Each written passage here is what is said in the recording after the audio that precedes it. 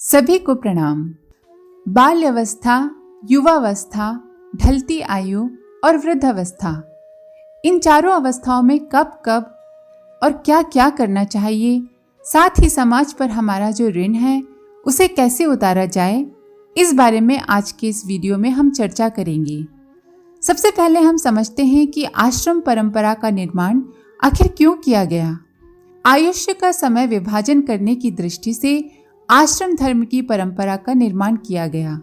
जीवन को 4 हिस्सों में बांटा गया: बाल्यावस्था, युवावस्था, ढलती आयु या अधेड़ अवस्था और वृद्धावस्था। इन चारों की अपनी अपनी अलग स्थिति है। उनकी विशेषताओं तथा परिस्थितियों का ध्यान रखकर उपयुक्त कार्यक्रम बने, तभी जीवन का संतुलित विकास हो सकेगा। प्रतिदिन हमें इसी प्रकार का क्रम विभाजन करना पड़ता है। सवेरा होते ही शौच, स्नान, व्यायाम, जलपान का क्रम रहता है। धूप फैलते ही काम पर जुट जाना पड़ता है। मध्याह्न को भोजन, विश्राम, सायंकाल काम को समेटना, दिन छिपने पर नित्य कर्म, रात को सोना, ये एक स्वाभाविक क्रम है। प्रातःकाल भोजन, दिन चढ़ते ही सोना, सायंकाल शौच, स्नान, रात को काम करना। अगर इस प्रकार का उल्टा ढर्रा बन जाए तो विशेष परिस्थितियों की बात छोड़िए, साधारणतया इस अस्वाभाविक क्रम को अनुपयुक्त ही माना जाएगा और उसका स्वास्थ्य तथा कार्य की सफलता पर भी बुरा प्रभाव पड़ेगा। बाल अवस्था, यौवन, ढलती आयु और वृद्धावस्था को भी एक जीवन दिन मानकर उसका यथोचित क्रम विभाजन ही श्रेयस्कर हो सकता है। न्यूनतम 20 वर्ष की आयु तक स्वास्थ्य और बुद्धि के विकास के लिए, शारीरिक एवं मानसिक स्वास्थ्य संवर्धन के लिए ब्रह्मचर्य, खेलकूद, व्यायाम, अध्ययन एवं भावी जीवन में आने वाली समस्याओं को समझने तथा उन्हें हल करने की विधि का सांगोपांग प्रशिक्षण प्राप्त करना चाहिए। ये आयु इसी क्रम में लगनी चाहिए। 10-12 वर्ष तक की आयु तो माता पिता के सानिध्य में ही बितानी चाहिए, पर इसके बाद किशोर अवस्था को उच्च चरित्र एवं विवेकशील जीवन कला विशेषज्ञों की देखरेख में अत्यंत सावधानी के साथ बनाई हुई क्रम विधि के अनुसार व्यतीत किया जाना चाहिए। किशोर अवस्था जीवन की सबसे संवेदनशील एवं महत्वपूर्ण स्थिति है। मनुष्य का बनना बिगड़ना इसी में होता है। नया खून, नया उत्साह, नई आशा एवं नया अनुभव पाने के लिए मचलता रहता है। जोश बहुत और होश कम रहने के कारण बच्चे इसी आयु में दिग्भ्रांत होते हैं और कुमार्गगामी बन जाते हैं। इसीलिए इसे जीवन का सबसे खतरनाक समय माना गया है। निर्माण के लिए उपयुक्त समय भी यही है। महापुरुष बनने के लिए उपयुक्त संस्कार प्रायः इसी आयु में अंकुरित होते हैं। इसलिए किशोर अवस्था का समय सुसंस्कारी सानिध्य, प्रशिक्षण एवं नियंत्रण में व्यतीत किया जाना चाहिए। जहाँ इस प्रकार की व्यवस्था बन गई, वहाँ बच्चे के भविष्य को उज्जवल बनाने का सुदृढ़ शिलान्यास हो गया, यही मानना चाहिए। प्राचीन काल जैसी गुरुकुल पद्धति अब नहीं है, फिर भी हमें उस आवश्यकता की पूर्ति के लिए दूसरे उपाय सोचने चाहिए। ब्रह्मचर्य का मतलब केवल कामेंद्रिय संयम ही नहीं, वरन उसका वास्तविक तात्पर्य जीवन का सर्वांगीण विकास, ब्रह्म का, सद्ज्ञान का साहचर्य, सानिध्य है। ब्रह्मचारी का अर्थ होता है आदर्शवादी परंपराओं के आचरण का अभ्यास करने वाला, ब्रह्म में रमण करने वाला। जन्म से लेकर 20-25 वर्ष तक का आयुष्य भावी जीवन को विधिवत जीने की कला सीखने की तैयारी में ही लगाया जाना चाहिए। आश्रम व्यवस्था का क्रम जितना आवश्यक प्राचीन काल में था, उतना ही अब भी है। पद्धति चाहे पहले जैसी हो, चाहे आधुनिक स्थिति के अनुरूप उसमें हेर फेर किया गया हो, पर तथ्य ज्यों के त्यों ही रहेंगे, उन्हें बदला नहीं जा सकता। चढ़ती आयु को शारीरिक और मानसिक विकास के उपयुक्त वातावरण में व्यतीत न किया जाए तो व्यक्तित्व सड़ी गली आदतों के ढांचे में ढलकर निकृष्ट कोटि का ही बन सकेगा। ऐसे कुसंस्कारी लोग धन या सत्ता प्राप्त कर लेने पर भी अपने तथा समाज के लिए अभिशाप बने रहते हैं। युवावस्था जीवन का पौरुष प्रदर्शित करने के लिए है। महत्वाकांक्षाओं को सुनियोजित ढंग से कार्यान्वित करते हुए अपनी क्षमताओं का विकास करने एवं समाज की भौतिक समृद्धि बढ़ाने के लिए है। श्रम द्वारा उत्पादन बढ़ाना, अपनी क्षमताओं को कार्य रूप में परिणत करते हुए अपना साहस एवं अनुभव बढ़ाने और अपने समीपवर्ती क्षेत्र में उल्लास उत्पन्न करने का समय भी यही है। वित्तेषणा, पुत्रेषणा, लोकेषणा की कामनाएं स्वभावतः मन में हिलोरें लेती रहती हैं, इसलिए उनकी नैतिक ढंग से पूर्ति का अवसर भी इसी आयु में मिलता है। धन का उपार्जन, मंगलमय गृहस्थ की रचना तथा पुरुषार्थ द्वारा दूसरों की तुलना में अपने को अधिक प्रतिभावान एवं सफल सिद्ध करने का अवसर युवावस्था में ही मिलता है। जो कामनाएं और वासनाएं विकृत होकर मनुष्य को पतन के मार्ग पर ले दौड़ सकती हैं, उन्हें नियंत्रित कर नैतिक रूप में अपना रास्ता बना सकना गृहस्थ में ही संभव है। संसार की भौतिक संपदाएं इसी आयु में बढ़ाई जा सकती हैं।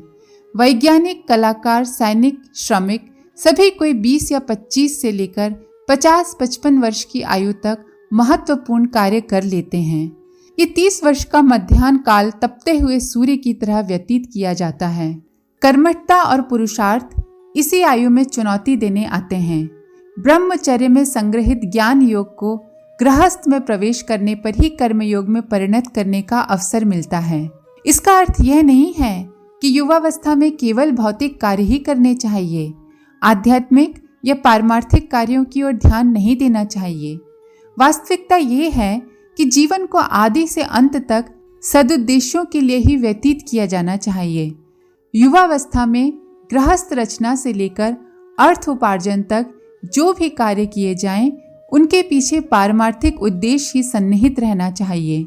काम का स्वरूप चाहे भौतिक हो या आध्यात्मिक, यदि उसे उच्च भावनाओं से लोकहित की दृष्टि से किया गया हो तो वह अपने लिए आत्मकल्याण का और समाज के लिए लोकहित साधना का ही सिद्ध होगा।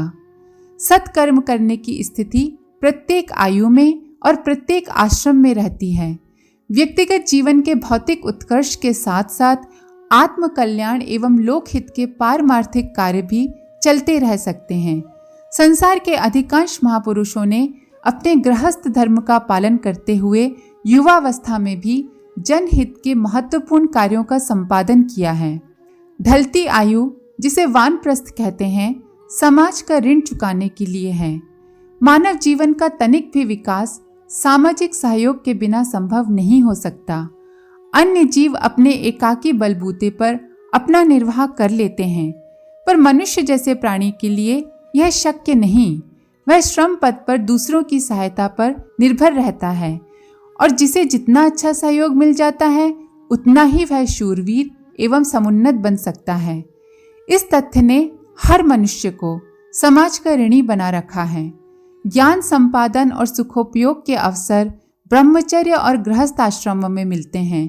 उन ऋणों से उऋण होने की स्थिति वानप्रस्थ में ही प्राप्त होती है।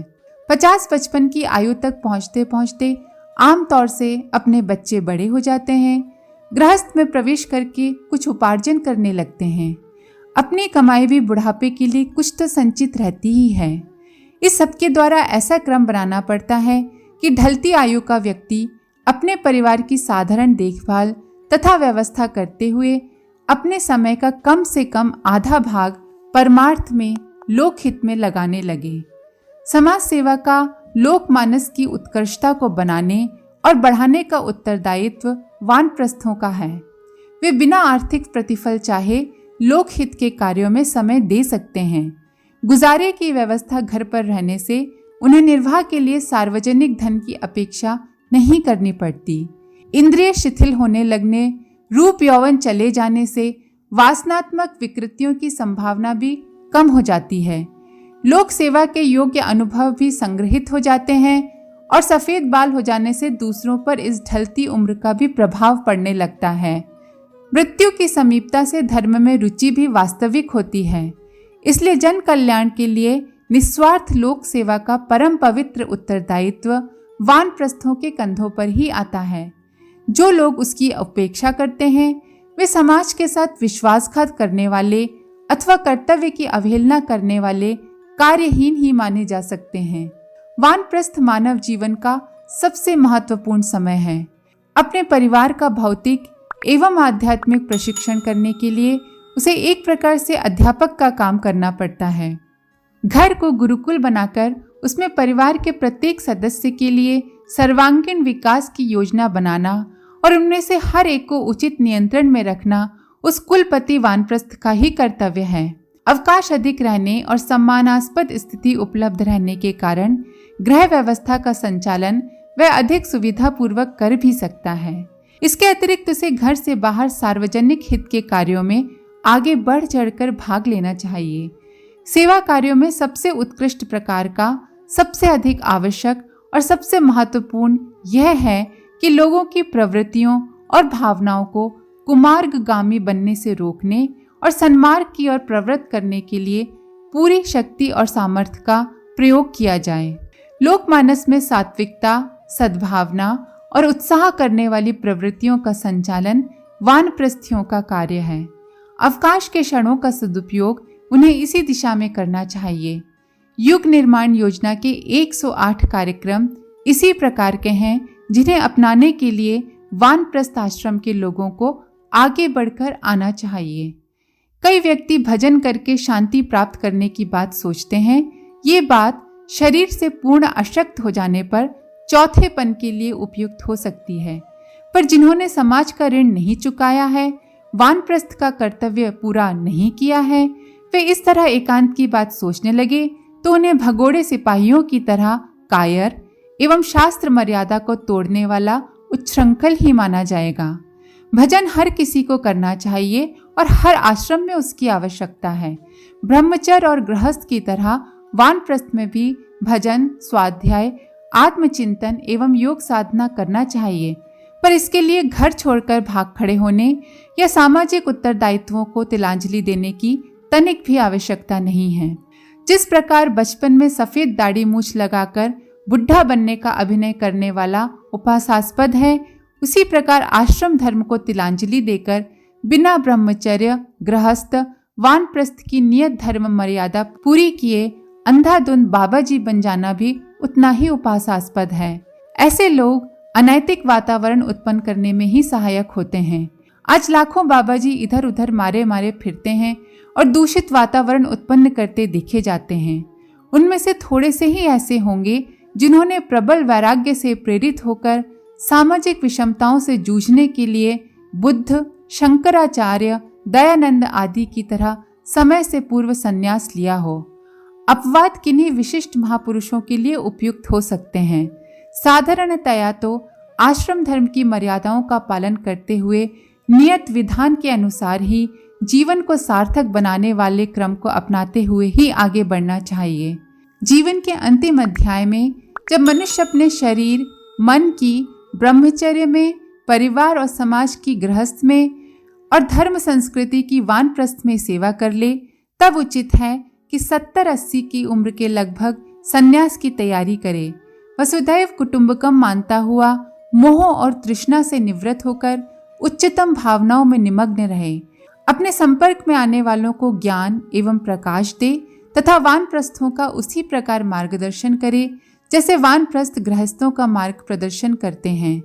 4 वर्ण और 4 आश्रम किसी भी समाज के व्यवस्थित विकास के लिए सर्वोत्तम योजना हो सकती है। भारतीय धर्म में उसकी उपयोगिता के कारण ही उसे आवश्यक धर्म कर्तव्य गिना गया है।